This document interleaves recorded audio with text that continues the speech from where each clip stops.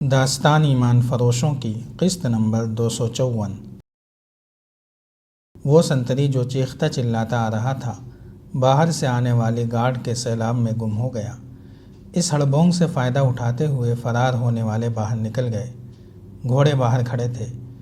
وہ گھوڑوں پر سوار ہوئے، لیکن گھوڑے گھوم کر چلے تو کسی نے انہیں للکارا، رک جاؤ، مارے جاؤ گے۔ انہوں نے گھوڑوں کو ایڑ لگا دی۔ پیچھے سے ایک ہی بار تیروں کی بوچھاڑ آئی۔ 2 تیر کماندار کی پیٹھ میں اتر گئے اور ایک تیر ایک سالار کے گھوڑے کے پیچھے حصے میں لگا۔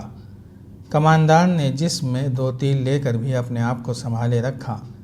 سالار شمس الدین کا گھوڑا تیر کھا کر بتکا۔ شمس الدین نے اسے سنبھالنے کی کوشش کی اور اسے کماندار کے گھوڑے کے قریب لے جا کر اس کے گھوڑے پر کود گیا۔ کماندار آگے کو جھک گیا۔ شمس الدین نے اس کے ہاتھ سے باگیں لے لیں۔ پیچھے سے اور تیر آئے، لیکن گھوڑوں کی رفتار اچھی تھی، زد سے نکل گئے۔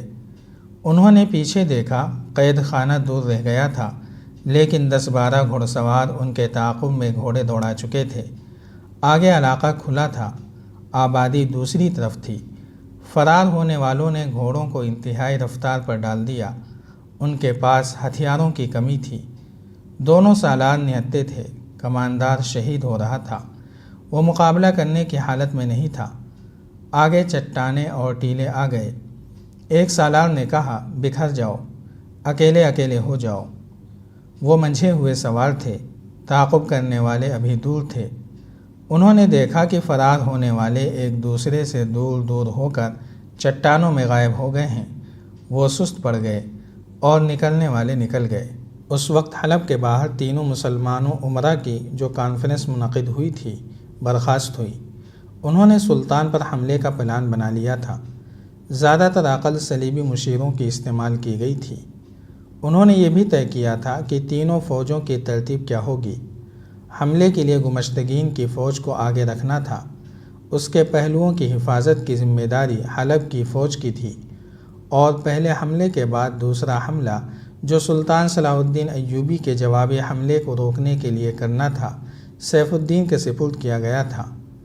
سیف الدین نے اس متحدہ محاذ کو یہ دھوکہ دیا کہ وہ اپنی فوج کا ایک حصہ اپنے بھائی عز الدین مسعود کی کمان میں چھوڑایا تھا۔ مشترکہ کمان کو اس نے یہ بتایا تھا کہ یہ محفوظہ ہے جسے وہ ہنگامی حالت میں استعمال کرے گا، مگر اپنے بھائی کو اس نے کہا تھا کہ وہ حلب اور حران کی فوجوں کی کیفیت دیکھ کر آگے آئے۔ اگر جنگ کی حالت ہمارے خلاف ہو گئی تو محفوظہ کو موصل کے دفاع میں استعمال کیا جائے، اور اگر جواب حملے میں شریک ہونا ہی پڑا تو یہ شرکت ایسی ہو کہ موصل کا اور اپنی مفاد کا زیادہ خیال رکھا جائے۔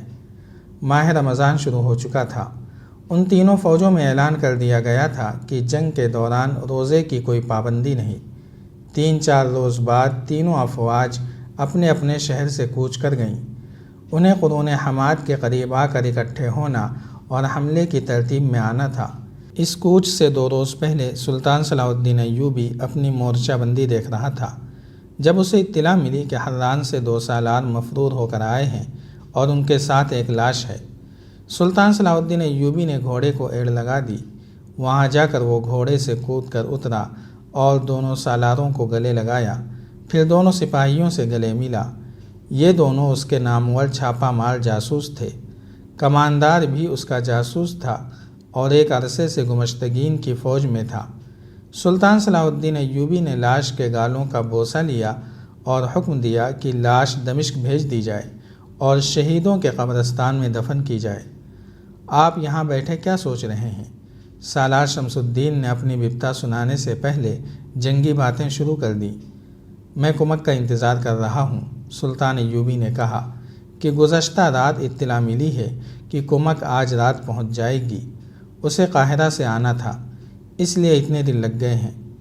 سلطان ایوبی نے دونوں بھائیوں کو تفصیل سے بتایا کہ اس کی نفری کتنی ہے اور اسے اس نے کس طرح ڈپلائے کر رکھا ہے۔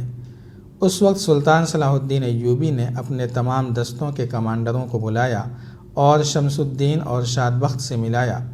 پرانے افسر دونوں کو جانتے تھے۔ سلطان صلاح الدین ایوبی نے دونوں سے کہا کہ وہ اس کے کمانڈروں کو بتائیں کہ جو افواج حملہ کرنے آ رہی ہیں ان کی جنگی اہلیت کیسی اور جذباتی کیفیت کیا ہے۔ انہوں نے بتایا کہ فوج بہرحال فوج ہوتی ہے، دشمن کو اناڑی اور کمزور سمجھنا ایک جنگی لغزش تصور کی جاتی ہے۔ یہ نہ بھولیں کہ یہ مسلمان افواج ہیں جن کے سپاہی پیٹھ دکھانے کے عادی نہیں۔ سپاہیوں میں عسکری روح موجود ہے، وہ پورے جوش و خروش سے لڑیں گے۔ ان کے ذہنوں میں یہ ڈالا گیا ہے کہ آپ لوگ درندے، وحشی اور عورتوں کے شکاری ہیں، اور سلطان صلاح الدین ایوبی اپنی سلطنت کو وسعت دینے آیا ہے۔ صلیبیوں نے ان کے دلوں میں آپ کے خلاف نفرت بھر رکھی ہے۔ سالاروں نے بتایا کہ جہاں تک ان کی قیادت کا تعلق ہے وہ قابل تعریف نہیں، ان میں کوئی بھی سلطان صلاح الدین ایوبی نہیں۔ سیف الدین اور گمشتگین اپنے ذاتی مفاد کے لیے لڑنے آ رہے ہیں، دونوں اپنے حرم اور شراب کے مٹکے ساتھ لائیں گے۔ ہماری جگہ گمشتگین اپنی فوج کی کمان خود کرے گا۔ یہ قیادت فوج کو طریقے سے لڑا نہیں سکے گی، پھر بھی آپ کو محتاط ہو کر لڑنا پڑے گا۔ وہ آپ کو ان پہاڑیوں میں محاصرے میں لینا چاہتے ہیں۔ تینوں فوجوں کی کمان مشترک ہو گئی ہے، لیکن وہ دل سے متحد نہیں۔ یہ باتیں ہو ہی رہی تھیں کہ خطیب المخدوم، سائقہ، قید خانے کا عہدیدار اور ایک جاسوس پہنچ گئے۔ وہ راستہ بھول گئے تھے، اس لیے دیر سے پہنچے۔ سلطان صلاح الدین ایوبی کو معلوم تھا کہ خطیب اس کا حامی ہے، اور وہ موصل میں اس کے جاسوسوں کی رہنمائی اور نگرانی کرتا رہا ہے۔